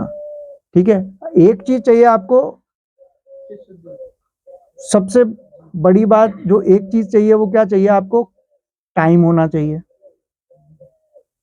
एक टाइम का हिस्सा होना चाहिए ना आपके पास। दूसरा, स्पेस होना चाहिए। अगर समय शून्यता होगी और टाइमलेसनेस अवस्था होगी और आपका स्पेस नहीं होगा, है ना, तो क्या होगा? कुछ भी काम कर नहीं सकते आप। आपको कुछ करने के लिए क्या चाहिए? समय और स्थान। समय और स्थान चाहिए ही चाहिए आपको। अब एक समय में स्थान तय करना है आपको, कितने समय में कितना दूरी का स्थान तय करना है, इसके लिए क्या लगेगा? ऊर्जा। भाई रॉकेट को यहां से मंगल ग्रह पहुंचना है, क्या लगेगा? ऊर्जा। उतना दूरी भी है, स्थान भी है, और ऊर्जा चाहिए। तो किसी भी कार्य को करने के लिए ऊर्जा चाहिए, चेतना को बढ़ाने के लिए भी। तो वो जो शुद्ध ऊर्जा है वो बैलेंस्ड होगी। तो हमें किसी भी चीज को ऊपर उठाने के लिए क्या चाहिए? ऊर्जा। किसी भी लक्ष्य को, और जितना बड़ा लक्ष्य होगा उसको पाने के लिए उतनी क्या चाहिएगी? ऊर्जा। अगर तुम्हारे अंदर इच्छा पैदा हुई है तो स्पेस भी होगा और समय भी होगा, है ना, लेकिन एनर्जी नहीं होगी। अगर स्पेस भरा होगा तो समय स्लो होगा, और स्पेस खाली होगा तो समय फास्ट होगा। सुख और आनंद का मतलब है समय फास्ट होना, और दुख का मतलब है समय स्लो होना। घड़ी के हिसाब से समय नहीं चलता, समय जो हमारे भीतर का चलता है वो क्या चलता है, किस हिसाब से चलता है। मान के चलो आपका बच्चा बीमार हुआ तो समय धीरे चलेगा, 1 घंटा निकालना मुश्किल हो जाएगा। और कोई आनंद का विषय है तो वही 1 घंटा ऐसे जाएगा कि ये गया कैसे, पूरा दिन ही चला जाएगा। तो समय की परिभाषा घड़ी के हिसाब से नहीं चलती, समय की परिभाषा चलती है अपने भीतर के मन के हिसाब से। ठीक है, तो उस एनर्जी को, जो एनर्जी पैदा हुई है, चाहे वो नेगेटिव है चाहे वो पॉजिटिव है, चाहे वो जैसी भी एनर्जी है, जैसी भी भावना है, उसे पूर्णता से सीधा उसका एनकाउंटर करना है, सीधा उसका सामना करना है, सीधा उसे फेस करना है और उसे जीना है। हालांकि ये प्रैक्टिकल विषय है तो ऐसी वर्कशॉप अपन आयोजित करेंगे जिसमें करवाएंगे, लेकिन तुम सोचोगे इसको डायरी में लिखने से या करने से कुछ नहीं होगा। थॉट के लेवल पर बदलाव आएंगे। थॉट इनके बच्चे हैं, थॉट इमोशन के बच्चे हैं, वो अपने आप को नहीं बदल सकते। जैसे भावनाएं होंगी वैसे ही विचार पैदा होंगे और बाहर से आकर्षित होंगे, और वैसे ही एक्शंस आपसे होंगे। अनकॉन्शियसली अनकॉन्शियसली वैसे एक्शन होंगे, समझ में आ रहा है, कॉन्शियसली नहीं होंगे। तो मैंने जैसा बताया था ना कि वो जो बैक में पावर होती है, जो डरावनी देवियां हमने बताई है, उनका मतलब क्या समझाया था ना। तो सीधे ऑब्जर्व करना है। ऑब्जर्वेशन का एक ही रूल है, बस ये ध्यान रख लो, एब्जॉर्व नहीं करना, ऑब्जर्व करना है। तुम क्या चीजों को चूसते हो, अरे मुझे तो ये बहुत अच्छा लगा, आकर्षित हो गए, अपने लक्ष्य पर तो ध्यान है ही नहीं कि मुझे करना क्या है। समझ में आ रहा है। तो मैंने बताया था ना एक चोर की कहानी कि एक चोर था, तो वो रोज चोरी करके आता था। तो उसने महात्मा से पूछा कि महात्मा, मैं तो चोर हूं, चोरी करता हूं। तो बोला करते रहो, मुझे कोई समस्या नहीं, लेकिन बोला बस एक मेरा सूत्र याद रखना कि जो भी करना है जाग कर करना। तो 15 दिन बाद आकर उसने बोला कि तुमने मुझे छल लिया, क्योंकि अब मैं कर ही नहीं पाता हूं। होश पूर्वक जो जब भी कुछ करने जाता हूं तो वो कार्य मुझसे चोरी वाला होता ही नहीं, क्योंकि मेरा कॉन्शियस लेवल बढ़ा। मेरा जब होश बढ़ा तो कॉन्शियस बढ़ा, मुझे उतनी ही ऊर्जा की आवश्यकता है जितनी ऊर्जा मुझे मेरे कॉन्शियस को बढ़ाने में काम में आए। उस अनंत के आकाश में मुझे उड़ना है। समझ में आ रहा है। तो ज्ञान वो काम का है जो मेरे भीतर उठे।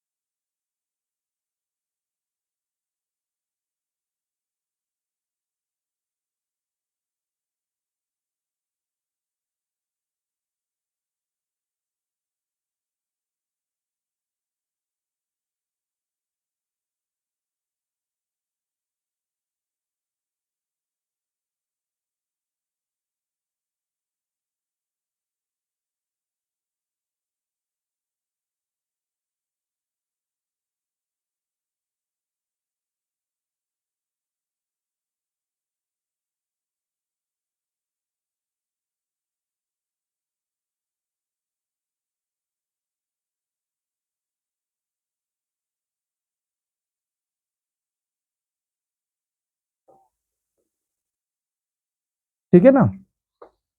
तो फिर इसके बाद उस कॉन्शियसनेस में रहने के बाद जो भी करना है हमको उस कॉन्शियसनेस के साथ करना है, उस चेतना के साथ रहना है हमेशा। उसके साथ रहने के बाद तुम्हारे साथ कुछ भी, तुमसे, तुम्हारे माध्यम से कुछ भी गलत नहीं होगा। जो होगा वो अच्छा ही होगा, चाहे वो सामाजिक स्तर पर नैतिक नियमों पर काम करे या ना करे, लेकिन तुम्हारे साथ जो भी होगा वो बेहतर ही होगा। ठीक है, आ रहा है समझ में?